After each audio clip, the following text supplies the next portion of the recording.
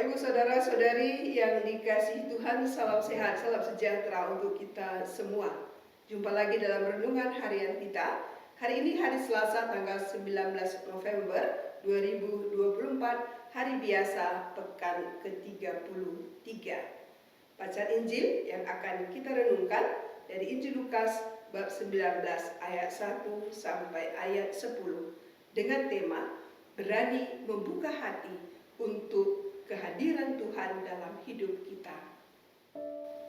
Yesus masuk dan melintasi kota Yeriko. Di situ ada seorang bernama Sakeus, kepala pemungut cukai, dan ia orang yang kaya. Ia berusaha untuk melihat siapakah Yesus itu, tapi ia tidak berhasil oleh karena orang banyak sebab badannya pendek. Ia pun berlari mendahului orang banyak lalu memanjat pohon ara untuk melihat Yesus yang akan lewat di situ. Ketika Yesus sampai di tempat itu, ia melihat ke atas dan berkata kepadanya, "Sakeus, segeralah turun, sebab hari ini aku harus menumpang di rumahmu." Sakeus pun segera turun dan menerima Yesus dengan sukacita. Melihat hal itu semua orang mulai bersungut-sungut, katanya, "Ia menumpang di rumah orang berdosa." Namun Sakeus berdiri dan berkata kepada Tuhan, "Tuhan, lihatlah, setengah dari milikku akan kuberikan kepada orang miskin, dan sekiranya ada sesuatu yang kuperas dari seseorang, akan kukembalikan 4 kali lipat." Kata Yesus kepadanya, "Hari ini telah terjadi keselamatan pada rumah ini, karena orang ini pun anak Abraham. Sebab anak manusia datang untuk mencari dan menyelamatkan yang hilang." Demikianlah sabda Tuhan. Saudara-saudari yang terkasih, perjumpaan dengan Tuhan adalah momen yang sangat spesial untuk setiap orang, khususnya mereka yang punya kerinduan tertentu. Banyak orang rela jauh-jauh pergi ke tempat tertentu yang kata orang hanya memberi berkat dengan mengabulkan doa-doa yang dimohonkan. Peristiwa perjumpaan dengan Tuhan membutuhkan niat dan upaya dari setiap orang. Demikian kita bisa melihat dari pengalaman perjumpaan Sakeus dengan Yesus dalam bacaan yang kita dengar. Kisah Sakeus sangat jelas menggambarkan hal itu, yakni kemauan dan upaya yang dilakukan Sakeus untuk bisa bertemu dengan Yesus. Begitu kuatnya keinginan Sakeus untuk melihat Yesus, sehingga harus diupayakan dengan usaha pantang menyerah, siap menghilangkan rasa malu, membuang gengsi, bahkan juga merendahkan harga diri.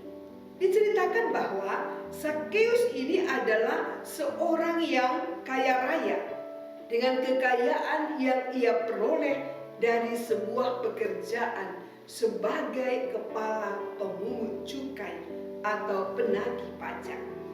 Karena pekerjaannya ini, ia dibenci oleh banyak orang, khususnya bangsa Yahudi, sebab dinilai hanya menguntungkan orang-orang Roma yang menjajah bangsa Yahudi kala itu.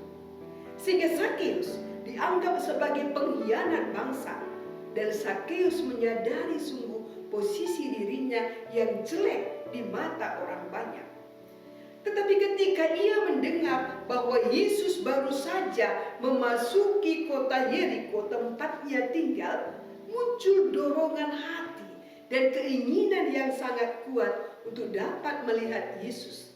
Sakeus tidak lagi mempedulikan pandangan orang tentang dirinya, tapi ia berusaha sekuat tenaga untuk dapat melihat Yesus itu. Tetapi masalahnya ialah badannya pendek, sehingga kesulitan untuk bisa melihat seperti apakah Yesus itu. Tetapi ia tidak putus asa. Sakeus berusaha mencari cara dengan memanjat pohon. Disinilah titik awal perjumpaan Sakeus dengan Yesus. Maka ketika Yesus sampai di tempat itu, ia melihat ke atas dan berkata, "Zakeus, segeralah turun, sebab hari ini aku mau menumpang di rumah." Saudara-saudari yang terkasih, pengalaman yang luar biasa. Dia hanya mau melihat Yesus, tapi justru disapa oleh Yesus secara pribadi. Bahkan Yesus menawarkan diri mau menumpang di rumahnya. Sapaan yang luar biasa meneguhkan.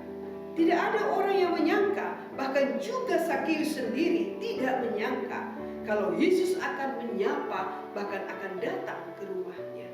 Ini salah satu bukti nyata kalau Yesus tidak pernah memilih-milih orang yang akan dikunjunginya.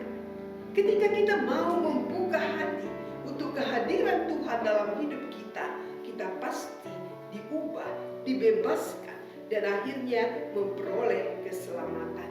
Zakeus melakukan pilihan yang tepat, membuka hati, berjumpa dengan Yesus, dan dia pun diubah dan diselamatkan. Saudara-saudari, kita juga orang berdosa seperti Zakeus. Tapi yang menjadi refleksi bagi kita, apakah kita juga mau mengambil keputusan sebagaimana yang dilakukan oleh Zakeus? Apakah kita mau membuka hati untuk datang kepada Yesus, merendahkan diri, mohon ampun di hadapannya, merubah cara hidup kita dengan cara hidup yang lebih baik, sehingga kita juga memperoleh keselamatan.